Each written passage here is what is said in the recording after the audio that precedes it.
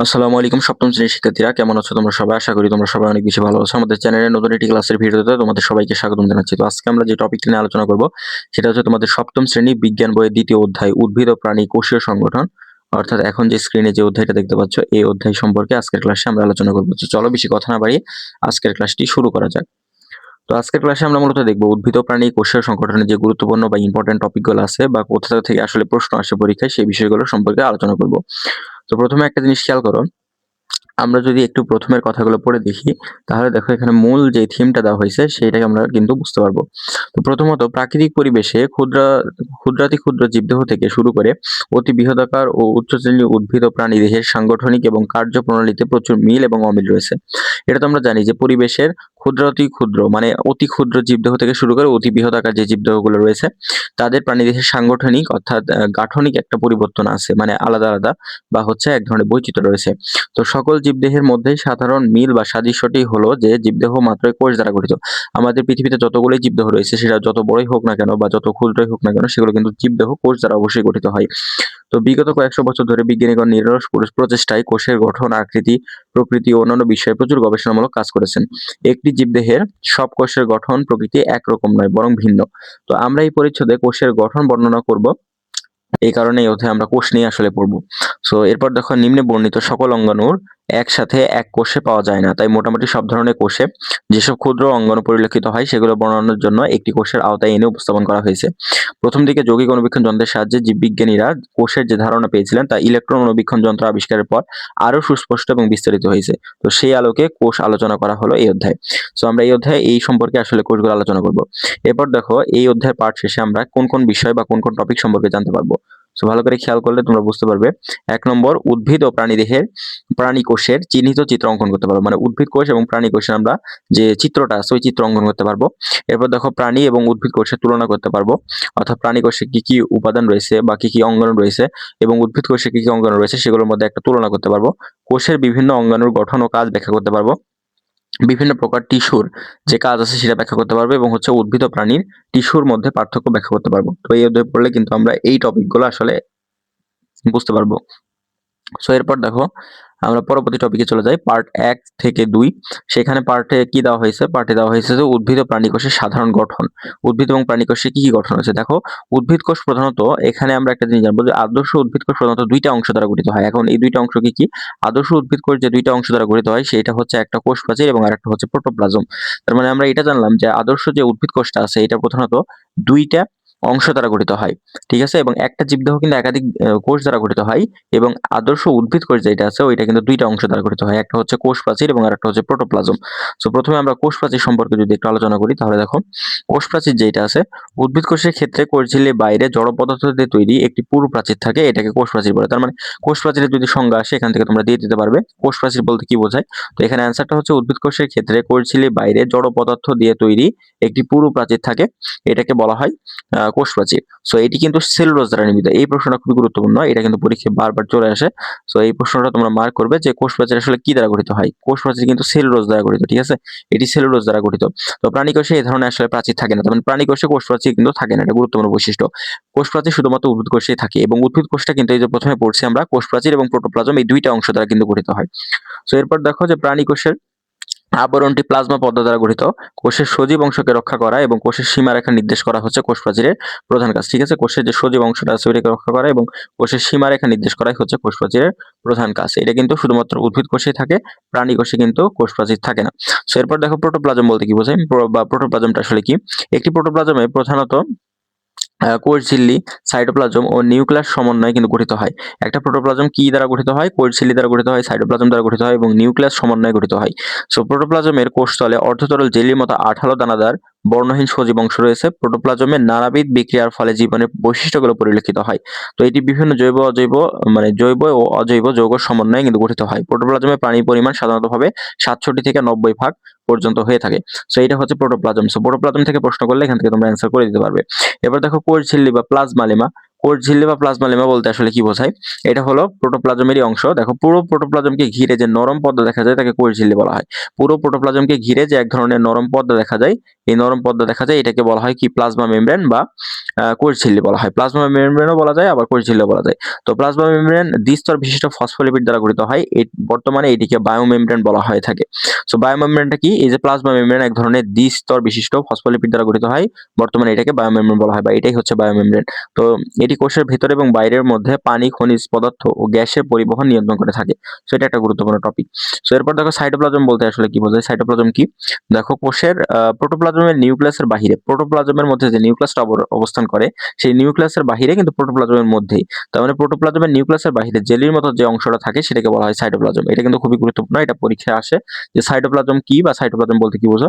So এটার অ্যান্সারটা হচ্ছে কোষের প্রোটোপ্লাজমের নিউক্লিয়াসের বাইরে জেলির মতো যে অংশটা আছে সেটা হচ্ছে সাইটোপ্লাজম বলা হয় বা তাকে হচ্ছে সাইটোপ্লাজম বলা হয়। এবং সাইটোপ্লাজমের অভ্যন্তরে কোষের বিভিন্ন জৈবনিক ক্রিয়াকলাপের সাথে সংশ্লিষ্ট সজীব বস্তুগুলোকে একত্রে সাইটোপ্লাজমীয় অঙ্গাণু বলা হয়। অর্থাৎ এক কথায় সাইটোপ্লাজমের মধ্যে যে অঙ্গাণুগুলো থাকে সেটাকে বলা হয় সাইটোপ্লাজমীয় অঙ্গাণু এবং প্রোটোপ্লাজমের মধ্যে যে অঙ্গাণুগুলো থাকে সেটাকে বলা হয় প্রোটোপ্লাজমীয় অঙ্গাণু।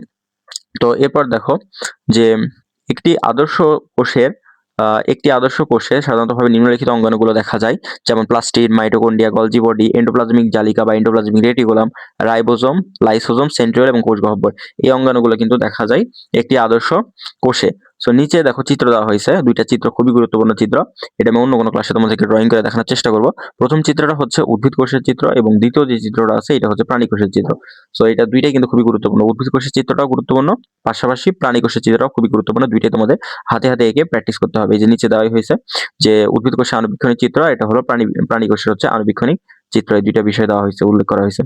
সো এরপর দেখো পার্ট 3 থেকে 5, এটা হলো সাইটোপ্লাজমের অঙ্গাণুর মধ্যে একটা গুরুত্বপূর্ণ অঙ্গাণু যেটা কিনা উদ্ভিদ কোষে থাকে, সেটাকে বলা হয় হচ্ছে যে প্লাস্টিড। এখন প্লাস্টিডের এখানে খুবই গুরুত্বপূর্ণ যে বিষয়গুলো আছে সেগুলো নিয়ে আমরা আলোচনা করব।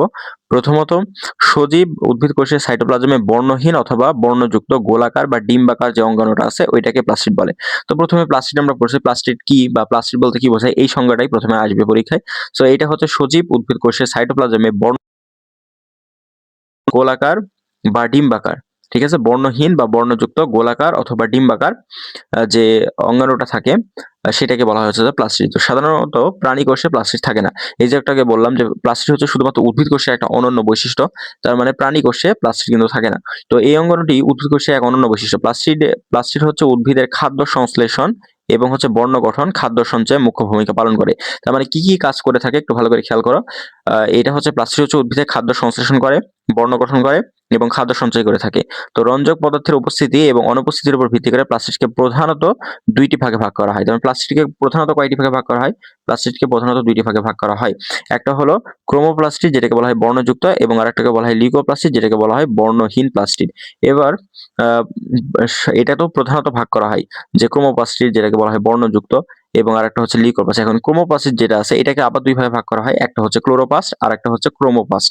ক্লোরোপ্লাস্ট হচ্ছে সবুজ বর্ণের প্লাস্টিড আর একটা হচ্ছে ক্রোমোপ্লাস্ট যেটা হচ্ছে সবুজ বাদে অন্যান্য যে কালারগুলো আছে যেমন লাল, কমলা, হলুদ এই টাইপের প্লাস্টিডকে বলা হয় হচ্ছে যে ক্রোমোপ্লাস্ট। আর লিউকোপ্লাস্ট যেটা আছে, লিউকোপ্লাস্ট হচ্ছে এইটা বর্ণহীন প্লাস্টিড, অর্থাৎ এটার কোনো কালার থাকে না। পাশের যে একটা চিত্র দেখানো হয়েছে এই চিত্রটাই হচ্ছে তোমাদের ক্লোরোপ্লাস্টের চিত্র।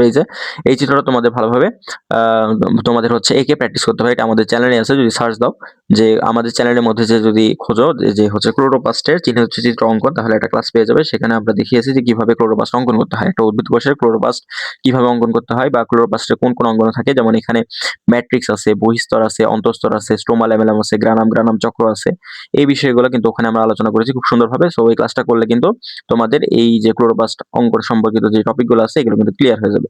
সো এরপর দেখো ক্লোরোপ্লাস্টের যে বিষয়গুলো নিয়ে আলোচনা করলাম, যেমন এই যে এখানে ওই বিষয় সম্পর্কে কিছু আলোচনা করি।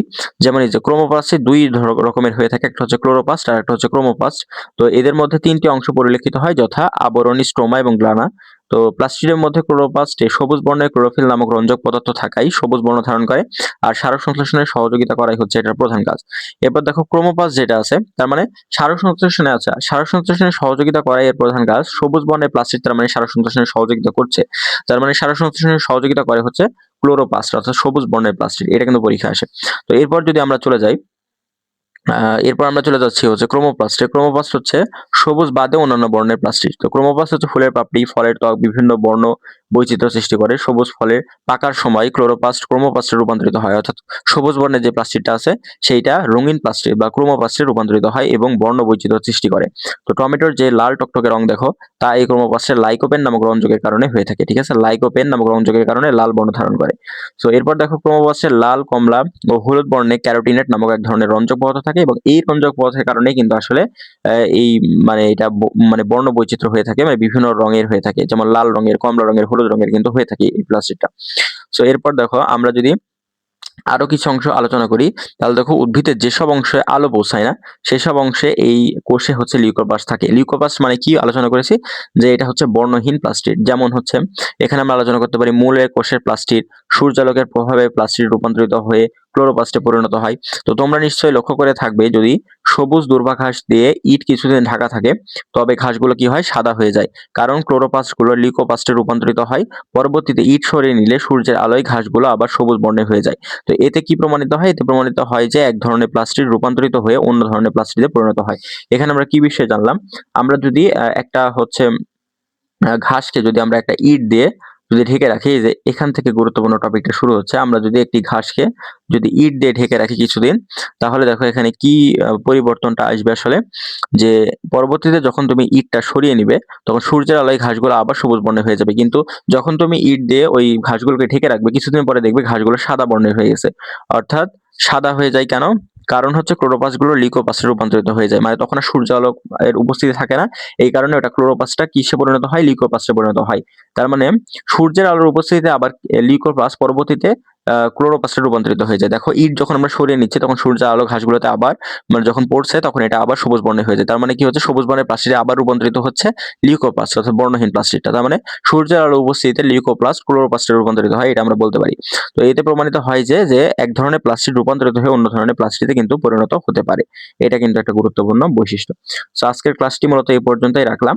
আজকে আমরা আলোচনা করলাম তোমাদের বিজ্ঞান বইয়ে সপ্তম শ্রেণী বিজ্ঞান বইয়ের দ্বিতীয় অধ্যায় উদ্ভিদ ও প্রাণীর কোষীয় সংগঠনের একদম যে মূল পড়াটা ছিল, অর্থাৎ পার্ট 1 এবং 2 এবং হচ্ছে পার্ট 3 থেকে 5 সাইটোপ্লাজমীয় অঙ্গনের মধ্যে প্রথম যে অঙ্গনটা আছে প্লাস্টিড, এই পর্যন্ত আমরা আলোচনা করলাম। তো আগামী ক্লাসে আমরা আলোচনা করব মাইটোকন্ড্রিয়া বা মাইটোকন্ড্রিয়া পর থেকে যে টপিকগুলো আছে সেগুলো আমরা ধারাবাহিকভাবে আলোচনা করব। তো ক্লাসটি তোমাদের কাছে যদি ভালো লেগে থাকে অবশ্যই ভিডিওতে একটি লাইক দিও এবং চ্যানেলে নতুন হলে অবশ্যই সাবস্ক্রাইব করো।